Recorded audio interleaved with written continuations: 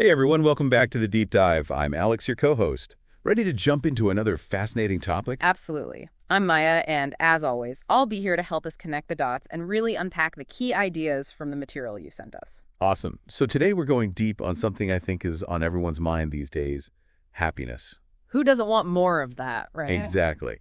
But what we're looking at today is this framework called GCA guilt, complaints, and anxiety, and how understanding it can give us practical ways to actually be happier. We've got a few things to guide us. An excerpt called The GCA of Happiness, a blog post from Calm, and a piece from Very Well Mind. This is a great combo because we can look at this idea of happiness from different angles, like the philosophical and the psychological. Totally. So this GCA of Happiness excerpt had me hooked from the start. It claims that happiness is actually our natural state of being, and that these three things, guilt, complaints, and anxiety, are basically the forces that knock us off balance. What do you think about that, Maya? It's a really thought-provoking idea, isn't it? It makes you wonder why there is so much unhappiness if happiness is our default setting. Right. Well, the framework says it's these three sneaky culprits. GCA. I think it's really interesting how these three elements are connected to how we see time. Guilt keeps us chained to the past. Complaints trap us in a negative present. And anxiety throws us into a future full of what-ifs. You're totally right. It's like we're giving away our power to these different tenses. But maybe if we can understand time better, we can understand our happiness better too. It's a big idea, but let's break it down. Absolutely. Let's start with guilt, the past dweller. Okay. So the GCA of Happiness has this line that I think is really important. No matter how much time we spend on it, it cannot be changed or reversed.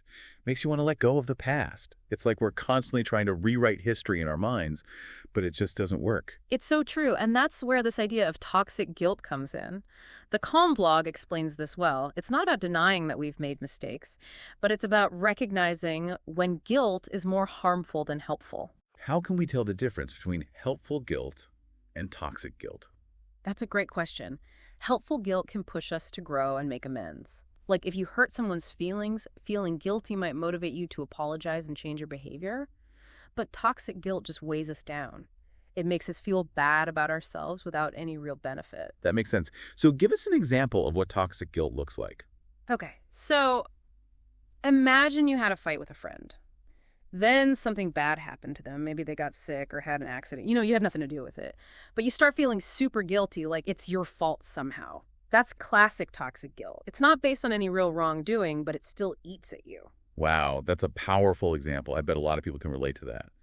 The Calm blog mentions some types of toxic guilt, like false guilt, self-blame, codependency, and even repetition compulsion. Repetition compulsion is where we keep doing harmful things even though we know they're bad for us. Have you ever experienced any of these? Oh, absolutely. I think we all have to some extent. It's so easy to get caught in self-blame and negative self-talk.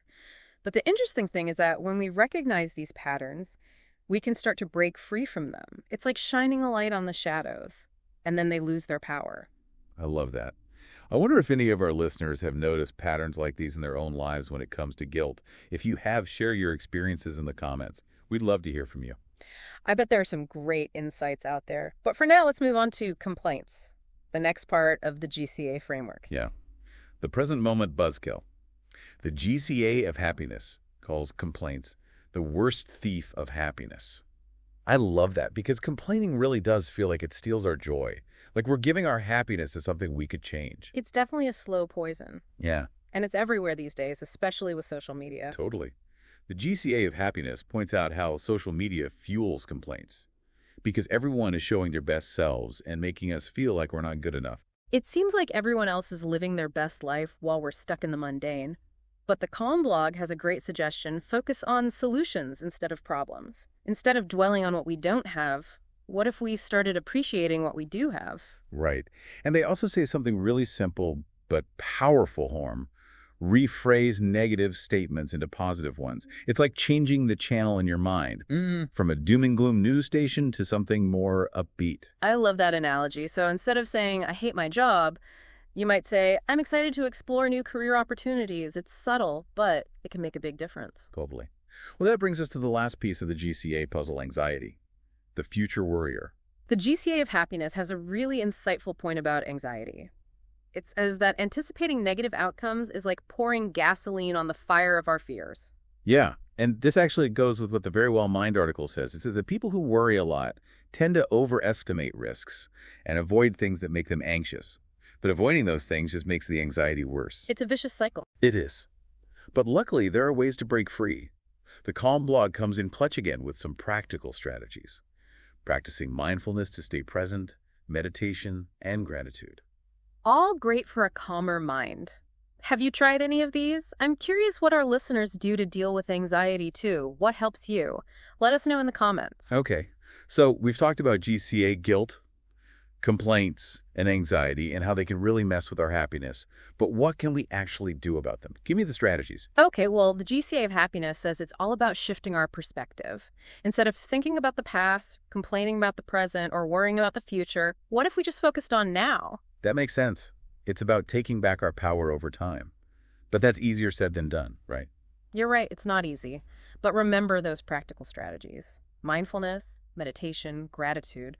Those are all really helpful for staying grounded in the present. I like how the Calm blog talks about gratitude. It's more than just saying thank you. Mm-hmm. It's really taking the time to appreciate all the good things, even the small things. It's like training your brain to focus on the positive. And I think that connects to what the GCA of Happiness says about taking action. It's not enough to just think positive thoughts. We actually have to do things differently. Like with guilt, maybe it means accepting what's happened and figuring out how to make better choices going forward. And with complaints, it's about finding solutions instead of just being negative. The Very Well Mind article mentions behavioral experiments for anxiety. Behavioral experiments. What's that? It's basically facing your fears head on, but in a safe and gradual way. You kind of prove to yourself that the bad things you imagine usually don't happen. Okay, I get it. So if you're terrified of public speaking, you don't avoid it forever.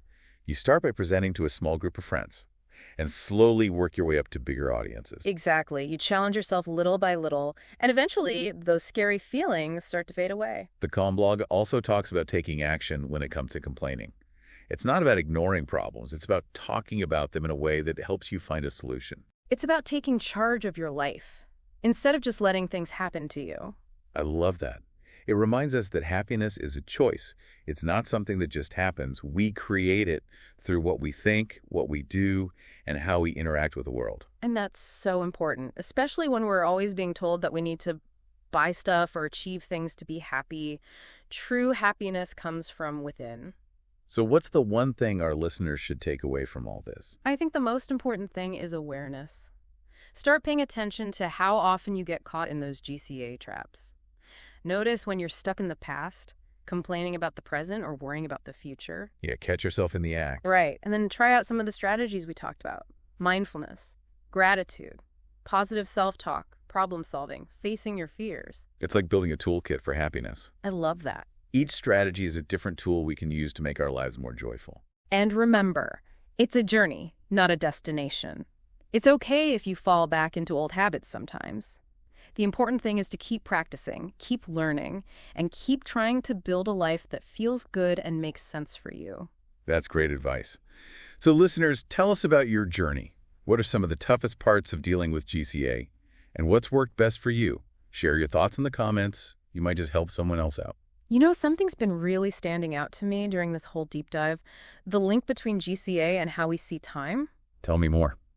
Well, think about it. Guilt makes us stuck in the past. Complaints keep us in a negative present, and anxiety throws us into a future full of what-ifs. It's like we're letting time control our emotions. Wow, that's powerful. It's like we're letting these different tenses take charge. Yeah. But if we can figure out how to manage our relationship with time, maybe we can manage our happiness too. Right. That's where this GCA framework is so helpful. It shows us how to recognize and challenge those unhelpful thoughts that are keeping us from being truly happy. It's like we're taking back control of our own stories. We're not letting our past define us, our present disappoint us, or our future scare us. We're choosing to focus on now and create a better, more empowered experience. Exactly. It's like changing the script from a tragedy to a feel-good movie. Exactly. And that's a much better movie to watch, right? Absolutely. So we've talked about GCA, guilt complaints, and anxiety, and how they can really steal our joy. We've also looked at some ways to overcome them. But before we wrap up, I'm wondering, what if we could reimagine GCA? What else could it stand for? Ooh, that's a great question. It's like turning those negative things into positive ones. How about gratitude, contentment, and action? Gratitude, contentment, and action. Love it. Replacing guilt with gratitude for what we've learned, complaints with contentment for what we have, and anxiety with mindful action in the present moment. Exactly. It's a whole new way of looking at things, Yeah. a new way of thinking about time and our thoughts. Yeah. So instead of being stuck on past mistakes, we can be thankful for the lessons we've learned. Instead of focusing on what we don't have, we can find happiness in what we do have. And instead of being scared of the future, we can take action with courage and clarity. It's like we're taking back control of our own lives. This whole deep dive has been so insightful. But before we go, I want to leave you with one last thought. Okay, go ahead. What if happiness isn't a destination? What if it's a direction? What if it's not about reaching some perfect state of bliss, but about constantly choosing thoughts and actions that bring us more joy? I love that. Happiness as a direction, not a destination. Yeah. And every moment gives us a chance to choose that direction. Will we choose guilt, complaints, and anxiety? Or will we choose gratitude, contentment, and action? It's our choice. And on that note, that's a wrap on another deep dive. Don't forget to like, share, and subscribe to our channel. We've got more thought-provoking conversations coming your way. And make sure you hit that notification bell so you don't miss our next episode. Next time on the deep dive, we're getting strategic. Our topic, life is like a game of cards. We'll be exploring decision-making and how to play your hand to win. We'll see you then.